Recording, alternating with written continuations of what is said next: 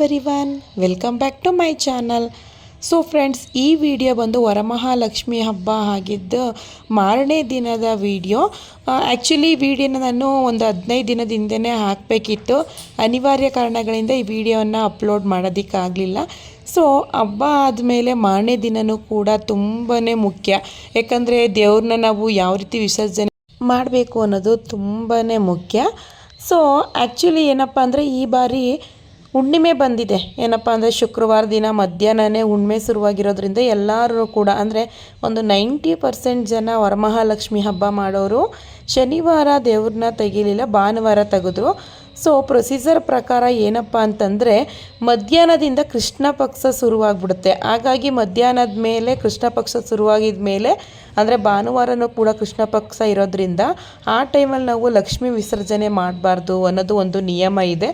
So ಹಾಗಾಗಿ ನಾನು ಶನಿವಾರನೇ ದೇವ್ರನ್ನೆಲ್ಲ ವಿಸರ್ಜನೆ ಮಾಡಿದ್ದು. ಅಂದರೆ ಶುಕ್ರವಾರ ಸಂಜೆನೇ ದೇವ್ರನ್ನ ಅಲ್ಗಾಡಿಸ್ಬಿಟ್ಟು ಶನಿವಾರ ಬೆಳಿಗ್ಗೆನೇ ಒಂದು ಮುಹೂರ್ತ ಇತ್ತು. ಏನಪ್ಪ ಅಂದರೆ 8:30 ತನಕ, ಬೆಳಿಗ್ಗೆ 6 ಗಂಟೆಯಿಂದ 8:30 ತನಕ ಒಳ್ಳೆ ಮುಹೂರ್ತ ಇತ್ತು. ಸೊ ಆ ಟೈಮಲ್ಲಿ ದೇವ್ರಿಗೆ ಪೂಜೆ ಎಲ್ಲ ಮಾಡಿ ಒಂದು 5 ಜನಕ್ಕೆ ಕುಂಕುಮ ಕೊಡೋ ಒಂದು ಅಭ್ಯಾಸನ ಇಟ್ಕೊಂಡಿದ್ದೀವಿ. ಸೊ ಪ್ರತಿ ವರ್ಷವೂ ಈ ಪ್ರೊಸೀಜರ್ನ ನಾನು ಫಾಲೋ ಮಾಡ್ತೀನಿ. ಸೊ ಹಾಗಾಗಿ ಬೆಳಿಗ್ಗೆನೇ ಎದ್ದು ಮನೆಯೆಲ್ಲ ಕ್ಲೀನ್ ಮಾಡಿ ಈಗ ದೀಪ ಹಚ್ತಾ ಇದ್ದೀವಿ. ಹಬ್ಬದ ದಿನ ಯಾವ ರೀತಿ ನಾವು ಸ್ಯಾರಿ ವೇರ್ ಮಾಡಿಕೊಂಡು ಮನೆಯೆಲ್ಲ ಕ್ಲೀನ್ ಮಾಡಿ ಒಂದು ನೈವೇದ್ಯವನ್ನು ಮಾಡಿ ಪೂಜೆ ಮಾಡ್ತೀವೋ ಅದೇ ರೀತಿ ಒಂದು ತರಹದ ಸಿಹಿ ನೈವೇದ್ಯವನ್ನು ಮಾಡಿ ಪೂಜೆ ಮಾಡ್ತೀವಿ. ಇವಾಗ ನಾನು ಪಂಚಾಮೃತ ನೈವೇದ್ಯವನ್ನು ತಯಾರಿಸಿದ್ದೀನಿ. ಸೊ ಈಗ ದೀಪ ಎಲ್ಲ ಹಚ್ಚಿ ದೇವ್ರ ಹತ್ರ ಎಲ್ಲ ನಮಸ್ಕಾರ ಮಾಡಿ ನಂತರ ಒಂದು 5 ಜನ ಮುತ್ತೈದರನ್ನ ಕರೆಸಿ ಕುಂಕುಮ ಕೊಡೋ ಒಂದು ಪ್ರೊಸೀಜರ್ನ ಮಾಡ್ತೀನಿ. ಸೊ ವರ್ಷ ಇದೊಂದನ್ನು ಫಾಲೋ ಮಾಡ್ತಾ ಇರ್ತೀವಿ. ಇದೆಲ್ಲ ಒಂಥರ ಒಳ್ಳೆಯ ಅಭ್ಯಾಸನೇ ಅಲ್ವಾ. ಸೊ ನೆನ್ನೆ ಕರೆದಿದ್ವಲ್ಲ ಅಂದರೆ ಶುಕ್ರವಾರದ ದಿನ ಎಲ್ಲರನ್ನೂ ಕುಂಕುಮ ಕರಿತೀವಲ್ಲ, ಆ ರೀತಿ ಎಲ್ಲರನ್ನೂ ಹೋಗಿ ಕರೆಯೋಂಥ ಅವಶ್ಯಕತೆ ಇಲ್ಲ. ಒಂದು 5 ಜನಕ್ಕೆ ಕುಂಕುಮ ಕೊಟ್ಟರೆ ಸಾಕು. ದೇವ್ರನ್ನ ವಿಸರ್ಜನೆ ಮಾಡಬೇಕಾದ್ರೆ ಇನ್ನೊಮ್ಮೆ ಪೂಜೆ ಮಾಡಿ 5 ಜನಕ್ಕೆ ಕುಂಕುಮವನ್ನು ಕೊಡಬೇಕು. ಹಾಗಾಗಿ ನಮ್ಮ ಬಿಲ್ಡಿಂಗಲ್ಲಿರೋರನ್ನೇ ಫೋನ್ ಮಾಡಿ ಕರ್ಸ್ಕೊಂಡು ಅವರಿಗೆ ಕುಂಕುಮ ಕೊಡ್ತೀನಿ ಅಷ್ಟೇ. ಸೊ ಇವಾಗ ಪೂಜೆ ಎಲ್ಲ ಮುಗಿಸಿದ್ವಿ. ಹಬ್ಬದ ದಿನ ಯಾವ ರೀತಿ ಪೂಜೆ ಮಾಡ್ತೀವಿ ಅದೇ ರೀತಿ ಕಾಯೆಲ್ಲ ಒಡೆದು ಪಂಚಾರತಿ ಆಗಲಿ ಎಲ್ಲನೂ ಕೂಡ ನೀಟಾಗಿ ಪೂಜೆ ಎಲ್ಲ ಮಾಡ್ಕೊಂಡ್ವಿ. ನಂತರ ಇವಾಗ ದೇವರಿಗೆ ಕುಂಕುಮ ಕೊಡಬೇಕು. ಸೊ ನೀವಿಲ್ಲಿ ನೋಡ್ತಾ ಇರ್ಬೋದು, ನಾವು 1 ತಿಂಗಳಿಂದ ಎಷ್ಟು ಕಷ್ಟಪಟ್ಟಿದ್ದೀವಿ ಅಂದರೆ ಲಕ್ಷ್ಮಿ ಕೂರಿಸ್ಬೇಕು ಅಂತ. ತುಂಬ ಕ್ಲೀನಾಗಿರಬೇಕು. ಮತ್ತು ದೇವರಿಗೆ ಕ್ಲೀನ್ ಅಂದರೆ ತುಂಬಾ ಇಷ್ಟ. ಲಕ್ಷ್ಮಿ ಯಾಕಂದರೆ ಒಂಥರ ಭಯ, ಅಯ್ಯೋ ಲಕ್ಷ್ಮಿ ಕೋಪ ಬಂದುಬಿಟ್ರೆ ಏನು ಮಾಡೋದು, ತುಂಬ ಕ್ಲೀನಾಗಿ ಮಾಡಬೇಕು ಅಂತೆಲ್ಲ ಮಾಡಿರ್ತೀವಿ. ಇವಾಗ ದೇವ್ರನ್ನ ಒಂದೊಂದನ್ನೇ ಎಲ್ಲ ಇಳಿಸ್ಬೇಕು ಅಂದರೆ ಎಷ್ಟು ಕಷ್ಟ ಆಗುತ್ತಲ್ವ ಮನಸ್ಸಿಗೆ. ಆದರೆ ಏನು ಮಾಡೋದಕ್ಕಾಗಲ್ಲ. ಒಂದಿನ ಕೂರಿಸ್ತೀವಲ್ಲ ಅದೇ ಒಂಥರ ಖುಷಿ ಅಲ್ವಾ. ಸೊ ಇವಾಗ ನಾನು ನಮ್ಮ ಮನೆ ಅಕ್ಕಪಕ್ಕ ಇರೋರಿಗೇ ಒಂದು 5 ಜನಕ್ಕೆ ಕುಂಕುಮ ಕೇಳಿದೆ.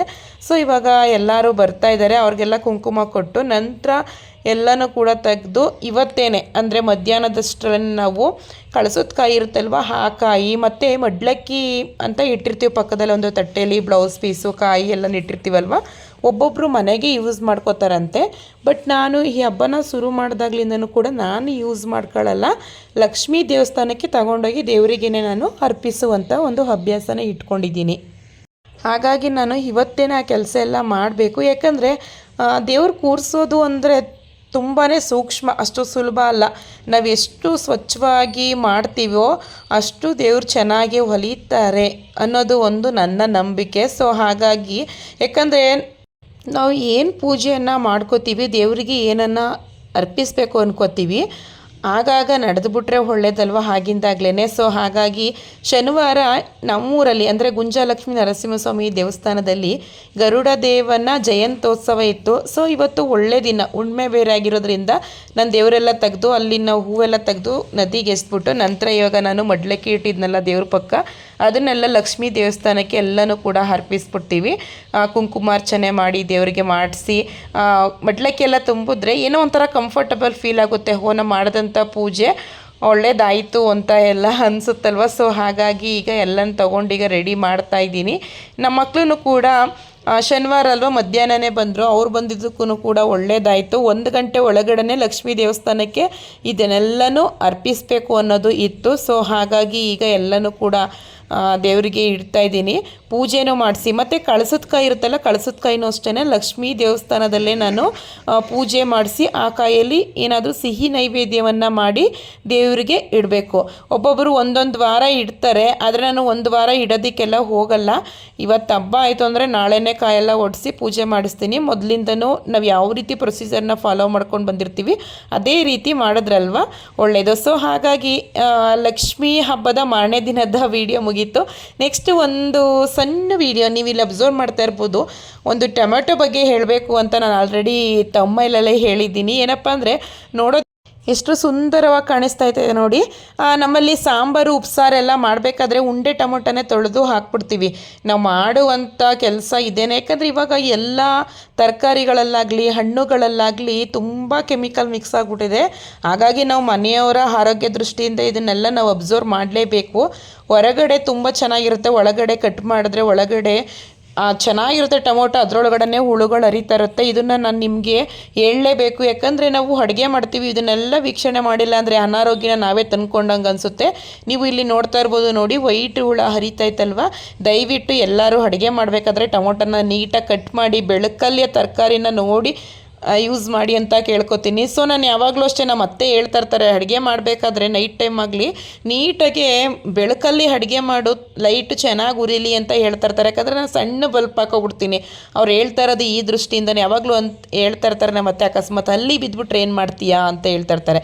ಈ ರೀತಿ ತರಕಾರಿ ಒಳಗಡೆ ಇದ್ದರೆ ನಾವೇ ಅನಾರೋಗ್ಯನ ಕೊಂಡ್ಕೊಂಡಂಗಲ್ವ. ಹಾಗಾಗಿ ಸ್ವಲ್ಪ ತರಕಾರಿ ಯೂಸ್ ಮಾಡಬೇಕಾದ್ರೆ ನೀಟಾಗಿ ಕಟ್ ಮಾಡಿ ಅದನ್ನು ನೀಟಾಗಿ ನೋಡಿ, ಹುಳುಗಳು ಚೆನ್ನಾಗಿರುತ್ತೆ ಒಳಗಡೆ ಹರಿತಾ ಇರುತ್ತೆ, ಅದನ್ನೆಲ್ಲ ನೋಡಿ ಬಳಸಿ ಅಂತ ಹೇಳ್ತಾ ನಾನು ಈ ವಿಡಿಯೋವನ್ನು ಎಂಡ್ ಮಾಡ್ತೀನಿ. ಸೊ ಫ್ರೆಂಡ್ಸ್, ನೆಕ್ಸ್ಟ್ ವಿಡಿಯೋದಲ್ಲಿ ನಮ್ಮ ಮನೇಲಿ ಗಣಪತಿ ಹಬ್ಬವನ್ನು ಯಾವ ರೀತಿ ಸೆಲೆಬ್ರೇಷನ್ ಮಾಡಿದ್ವಿ ಅನ್ನೋದನ್ನು ಹಾಕ್ತೀನಿ. ದಯವಿಟ್ಟು ಆ ವಿಡಿಯೋವನ್ನು ಫ್ರೀ ಮಾಡಿಕೊಂಡು ಫುಲ್ ವಿಡಿಯೋ ವಾಚ್ ಮಾಡಿ ಅಂತ ಕೇಳ್ಕೊತೀನಿ. ಯಾಕಪ್ಪ ಅಂದರೆ ಈ ಸಾರಿ ಗಣಪತಿ ಹಬ್ಬ ಅನ್ನೋದು ಒಂದು ಸ್ಪೆಷಲ್ಲಾಗಿ ಅನಿಸ್ತು. ವರ್ಷನೂ ಅತ್ತೆ ಮನೆಗೆ ಮಾತ್ರ ಹೋಗ್ತಿದ್ದೆ, ಈ ವರ್ಷ ಅಮ್ಮನ ಮನೆಗೂ ಕೂಡ ಹೋಗಿದ್ದೀನಿ.